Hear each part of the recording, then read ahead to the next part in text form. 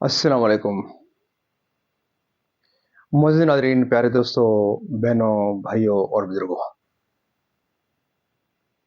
میں حافظ صفدر نواز ایڈوکیٹ آپ کو اپنے اسلامی چینل کے اندر خوش آمدید کہتا ہوں، اور ہر روز کی طرح آج بھی ہم انشاءاللہ پارہ نمبر 23 سورۃ الزمر کی آیات نمبر 1 تا 8 تک کی تلاوت، ترجمہ، تفسیر، روشن نزول پر نشر فصل کریں گے۔ تلاوت شروع کرنے سے پہلے ہم درود شریف پڑھتے ہیں، آپ بھی میرے ساتھ پڑھیں۔ اللهم صل على محمد وعلى آل محمد كما صليت على إبراهيم وعلى آل إبراهيم إنك حميد مجيد۔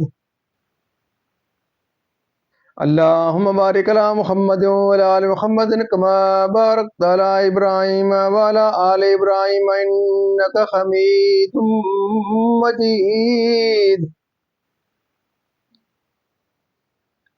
أما بعد فأعوذ بالله من الشيطان الرجيم، بسم الله الرحمن الرحيم۔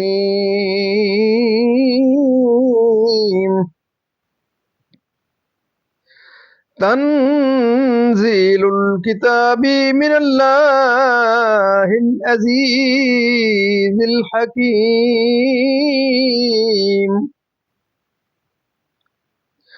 إنا أنزلنا إليك الكتاب بالحق فاعبد الله مخلصا له الدين، ألا لله الدين الخالص والذين اتخذوا من دونه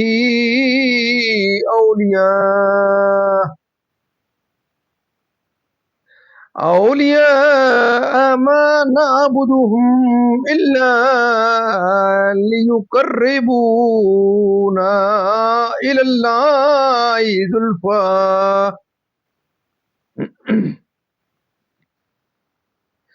إن الله يحكم بينهم فيما هم فيه يختلفون،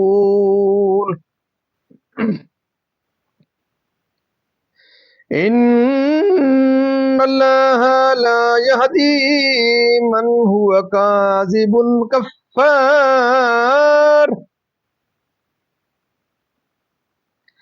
لو أراد الله أن يتخذ ولدا لاصطفى مما يخلق ما يشاء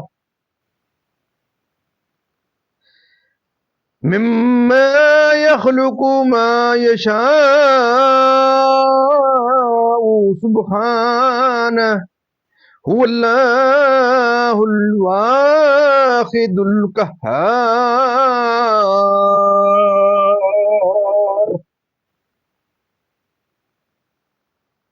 خلق السماوات والأرض بالحق يكبر الليل على النهار ويكبر النهار على الليل وسخر الشمس والقمر كل يجري لأجل مسمى، ألا هو العزيز الغفار۔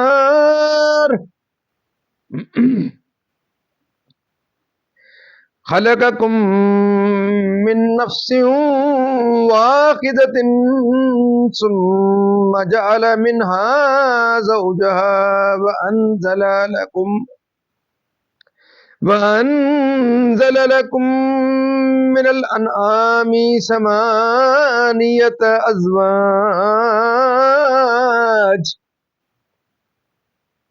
یخلقکم فی بطون امہاتکم خلقا من بعد خلق فی ظلمات خلقا من بعد خلق فی ظلمات ثلاث ذالکم اللہ ربکم لہ الملک لا الہ الا ہوا فأنا تصرفون ان تکفروا فإن اللہ غنی عنکم ولا يرضى لعباده الكفر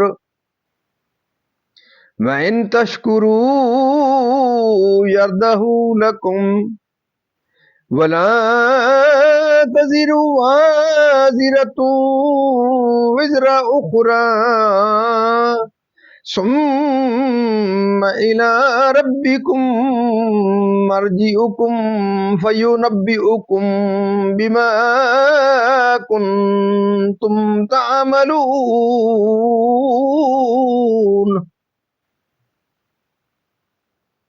إنه عليم بذات الصدور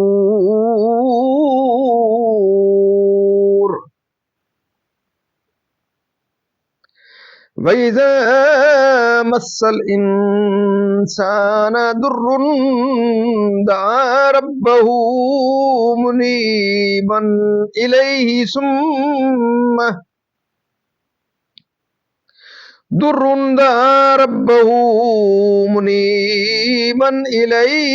ثُمَّ إِذَا خَوَّلَهُ نِعْمَةً مِّنْهُ نَسِيَ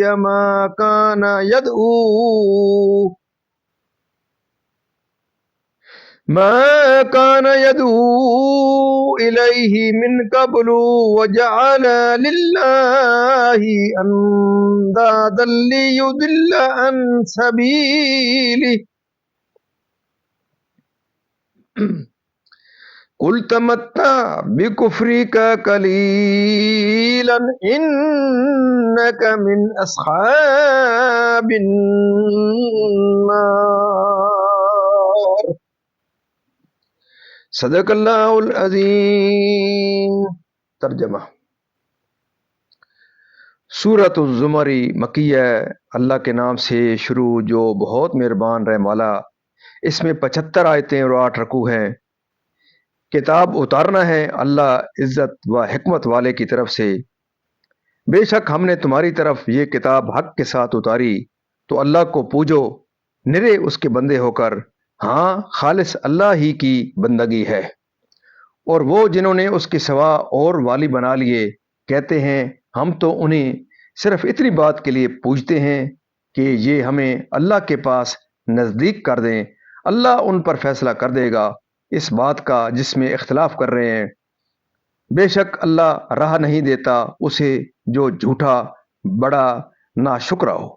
اللہ اپنے لیے بچہ بناتا تو اپنی مخلوق میں سے جسے چاہتا چن لیتا۔ پاکی ہے اسے، وہی ہے ایک اللہ سب پر غالب۔ اس نے آسمان اور زمین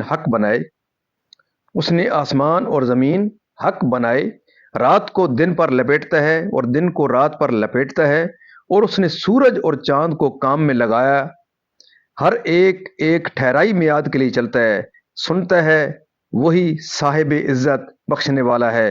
اس نے تمہیں ایک جان سے بنایا، پھر اسی سے اس کا جوڑا پیدا کیا، اور تمہارے لیے چوپایوں میں سے 8 جوڑے اتارے۔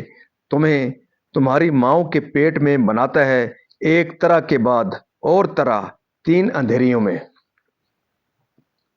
یہ ہے اللہ تمہارا رب، اسی کی بادشاہی ہے، اس کے سوا کسی کی بندگی نہیں، پھر کہاں پھیرے جاتے ہو؟ اگر تم ناشکری کرو تو بے شک اللہ بے نیاز ہے تم سے، اور اپنے بندوں کی ناشکری اسے پسند نہیں، اور اگر شکر کرو تو اسے تمہارے لیے پسند فرماتا ہے۔ اور کوئی بوجھ اٹھانے والی جان دوسرے کا بوجھ نہیں اٹھائے گی۔ پھر تمہیں اپنے رب ہی کی طرف پھرنا ہے تو وہ تمہیں بتا دے گا جو تم کرتے تھے۔ بے شک وہ دلوں کی بات جانتا ہے۔ اور جب آدمی کو کوئی تکلیف پہنچتی ہے اپنے رب کو پکارتا ہے اسی طرف جھکا ہوا۔ پھر جب اللہ نے اسے اپنے پاس سے کوئی نعمت دی تو بھول جاتا ہے جس لیے پہلے پکارا تھا اور اللہ کے لیے برابر والے ٹھہرانے لگتا ہے تاکہ اس کی راہ سے بہکا دے۔ تم فرماؤ تھوڑے دن اپنے کفر کے ساتھ برت لے، بے شک تو دوزخیوں میں ہے۔ مزید ناظرین، یہاں تک اس کا ترجمہ اختتام پذیر ہوا۔ اب سورۃ الزمر کی تفسیر شروع سے۔ سورہ زمری مکی ہے، سوا آیت قل یا عبادی الذین اسرفوا اور آیت اللہ نزل احسن الحدیث کے سوا۔ اس صورت میں 8 رکوع اور 75 آیتیں ہیں اور 1172 کلمے اور 4908 حروف ہے۔ کتاب سے مراد قرآن شریف ہے۔ اے سید عالم محمد مصطفیٰ صلی اللہ علیہ وسلم، اس کے سوا کوئی عبادت کا مستحق نہیں۔ معبود ٹھہرا لیے مراد اس سے بت پرست ہیں، یعنی بتوں کو، ایمانداروں کو جنت میں اور کافروں کو دوزخ میں داخل فرما کر، جھوٹا اس بات میں کہ بتوں کو اللہ تعالیٰ سے نزدیک کرنے والا بتائے اور خدا کے لیے اولاد ٹھہرائے، اور ناشکرا ایسا کہ بتوں کو پوجے۔ یعنی اگر بالفرض اللہ تعالیٰ کے لیے اولاد ممکن ہوتی تو وہ جسے چاہتا اولاد بناتا، نہ کہ یہ تجویز کفار پر چھوڑتا کہ وہ جسے چاہے خدا کی اولاد قرار دیں، معاذ اللہ، اولاد سے اور ہر اس چیز سے جو اس کی شان اقدس کے لائق نہیں، نہ اس کا کوئی شریک نہ اس کی کوئی اولاد۔ یعنی کبھی رات کی تاریکی سے دن کے ایک حصے کو چھپاتا ہے اور کبھی دن کی روشنی سے رات کے حصے کو۔ مراد یہ ہے کہ کبھی دن کا وقت گھٹا کر رات کو بڑھاتا ہے، کبھی رات گھٹا کر دن کو زیادہ کرتا ہے، اور رات اور دن میں سے گھٹنے والا گھٹتے گھٹتے 10 گھنٹے کا رہ جاتا ہے اور بڑھنے والا بڑھتے بڑھتے 14 گھنٹے کا ہو جاتا ہے۔ یعنی قیامت تک وہ اپنے مقرر نظام پر چلتے رہیں گے۔ یعنی حضرت آدم علیہ السلام سے، یعنی حضرت حوا کو، یعنی اونٹ، گائے، بکری، بھیڑ سے، یعنی پیدا کیے۔ جوڑوں سے مراد نر اور مادہ ہیں، یعنی نطفہ، پھر علقہ خون یعنی کہ بستہ، پھر مضغہ گوشت پارا، ایک اندھیری پیٹ کی، دوسری رحم کی، تیسری بچہ دان کی۔ اور طریقہ حق سے دور ہوتے ہو کہ اس کی عبادت چھوڑ کر غیر کی عبادت کرتے ہو، یعنی تمہاری طاعت و عبادت سے، اور تم ہی اس کے محتاج ہو۔ ایمان لانے میں تمہارا ہی نفع اور کافر ہو جانے میں تمہارا ہی ضرر ہے کہ وہ تمہاری کامیابی کا سبب ہے۔ اس پر تمہیں ثواب دے گا اور جنت عطا کرے گا۔ یعنی کوئی شخص دوسرے کے گناہ میں ماخوذ نہ ہوگا آخرت میں، دنیا میں، اور اس کی تمہیں جزا دے گا۔ یہاں آدمی سے مطلقاً کافر یا خاص ابو جہل یا عتبہ بن ربیہ مراد ہے۔ اسی سے فریاد کرتا ہے، یعنی اس شدت و تکلیف کو فراموش کر دیتا ہے جس کے لیے اللہ سے فریاد کی تھی، یعنی حاجت برآری کے بعد پھر بت پرستی میں مبتلا ہو جاتا ہے۔ اے مصطفیٰ صلی اللہ علیہ وسلم، اس کافر سے اور دنیا کی زندگی کے دن پورے کر لے۔ شان نزول حضرت ابن عباس رضی اللہ تعالیٰ عنہما سے مروی ہے کہ یہ آیت حضرت ابوبکر و عمر رضی اللہ تعالیٰ عنہما کی شان میں نازل ہوئی، اور حضرت ابن عمر رضی اللہ تعالیٰ عنہما سے مروی ہے کہ یہ آیت حضرت عثمان رضی اللہ تعالیٰ عنہ کے حق میں نازل ہوئی، اور ایک قول یہ ہے کہ حضرت ابن مسعود اور حضرت عمار اور حضرت سلمان رضی اللہ تعالیٰ عنہم کے حق میں نازل ہوئی۔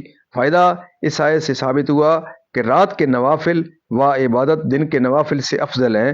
اس کی ایک وجہ تو یہ ہے کہ رات کو عمل پوشیدہ ہوتا ہے، اس لیے وہ ریا سے بہت دور ہوتا ہے۔ دوسری یہ کہ دنیا کے کاروبار بند ہوتے ہیں، اس لیے قلب بنسبت دن کے بہت فارغ ہوتا ہے، اور توجہ اللہ اور خشوع دن سے زیادہ رات میں میسر آتا ہے۔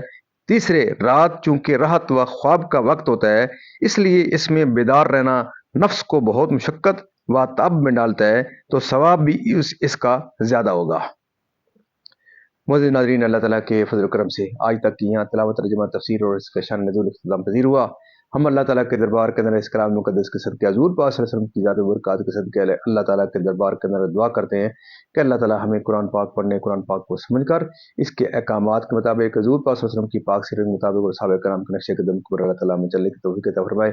اللہ تعالیٰ تمام پریشانیاں دور فرمائے، تمام بیماریوں کو شفا کاملہ عطا فرمائے، تمام مرحومین کو جنت الفردوس میں اعلیٰ بالا مقام عطا فرمائے۔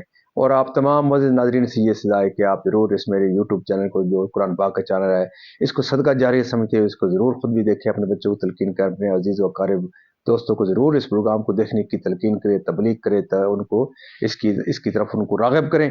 اللہ تعالیٰ آپ کی زندگی میں خیر و برکت عطا فرمائے، اور دن قیامت مجھے اور آپ کو اللہ تعالیٰ کے دربار کے اندر حضور پاک صلی اللہ علیہ وسلم کی شفاعت نصیب ہو، آمین ثم آمین۔